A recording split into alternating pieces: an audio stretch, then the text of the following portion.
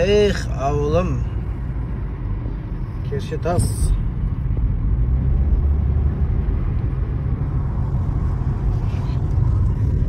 Біздің ауылға қош келдіңіздер, ағайын. Келдік. Келдік ауылға. Сағат, қанша болды сағат? 7:30. Ауылдың ауа райы бөлек қой, бөлек. Бөлек. Мама, мына жаққа укол салайын деп отыр. Сен не мәз болып тұрсың, тесік болсын. Мен үлкен ағам. Батя тапшаны өлтірсек көп. Аяқта Зухра ұйықтап отыр, мына жақта Ақтөр мен Бексұлтан ұйықтап отыр, короче. Қазір біраздан оларды көрсетейін.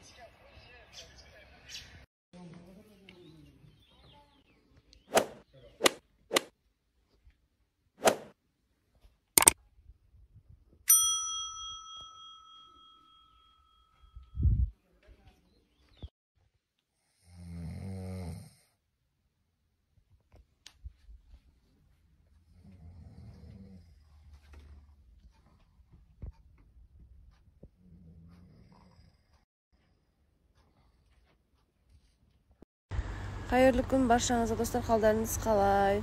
Бүгінгі күн жеріңізге сәттілік.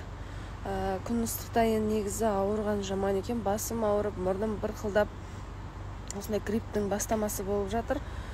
Қазір енді тойға шығатын боламыз, Атарға қарай, асабаммен бірге. Және азанда ұлым мен қызымды конкурсқа шығарып салдым. Қасында інім бар, үлгермейтін болдым дағыны, мен сөйтіп інімді қосып жібердім. Енді қазір выступать ететін болады қызым. Жанды дауыста сәттілік тіледім, маңдайынан сүйіп жібердім. Сіздер де тілекші болыңыздар. Жүлделі болып қайтсын деген ойдамын. Барлықтарыңызға күндеріңізге сәттілік.